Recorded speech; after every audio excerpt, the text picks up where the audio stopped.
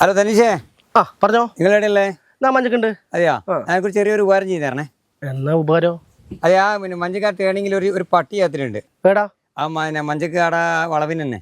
ഞാൻ അവിടെ തന്നെ ഉള്ളത്. അതെയാ, എന്നാ പിന്നെ നിങ്ങളൊരു കാര്യം, ഒരാളൊന്ന് പെട്ടെന്ന് ചെയ്തിട്ട്. നടക്കൂല മോനെ. അല്ല അതല്ല, അങ്ങനെ പറയല്ലേ, കാരണം വെച്ചാൽ ഞാൻ എന്തെങ്കിലും വകുപ്പാക്കി തരാം. എന്തോ വെപ്പ്? അതിൽ ചെയ്ത് ഒരു 500 റുപ്യേൻ്റെ കോളാക്കി തരാം. ഞാൻ അടിക്കേണ്ട എന്തെങ്കിലും ഒരു വിധത്തിലാവും, ഞാൻ ഒരു വകുപ്പാക്കി തരാം. ഉറപ്പാണോ? ഓക്കെയാണ്. പറ്റിക്കൊന്നുമില്ല? കഴിഞ്ഞ വർഷം പോലെ അല്ലല്ലോ? ഇല്ല, ഒന്നും പേടിക്കണ്ട, ധൈര്യത്തിലെടുത്തോ. നോക്കട്ടെ. ശരി എന്നാൽ.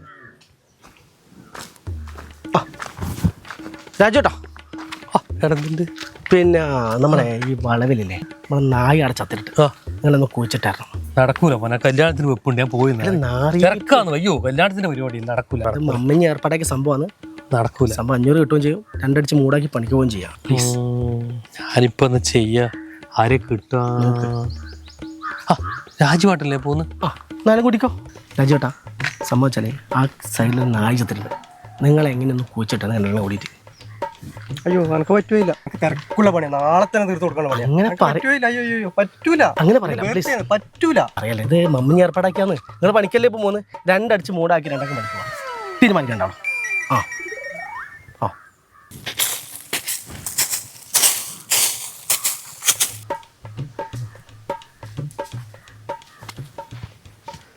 സാധനം എടുത്തു കഴിഞ്ഞല്ലേ?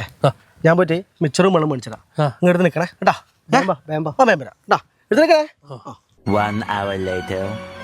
പേടിയാണ് നിന്റെ മിച്ചറും വെള്ളം. ഓൻ അങ്ങനെ പറ്റിക്കുന്ന ആളൊന്നല്ലാന്ന്. എനക്ക് പണിക്ക് പോകേണ്ടതാണ്. പനക്ക് പണിക്കോണ്ടേ.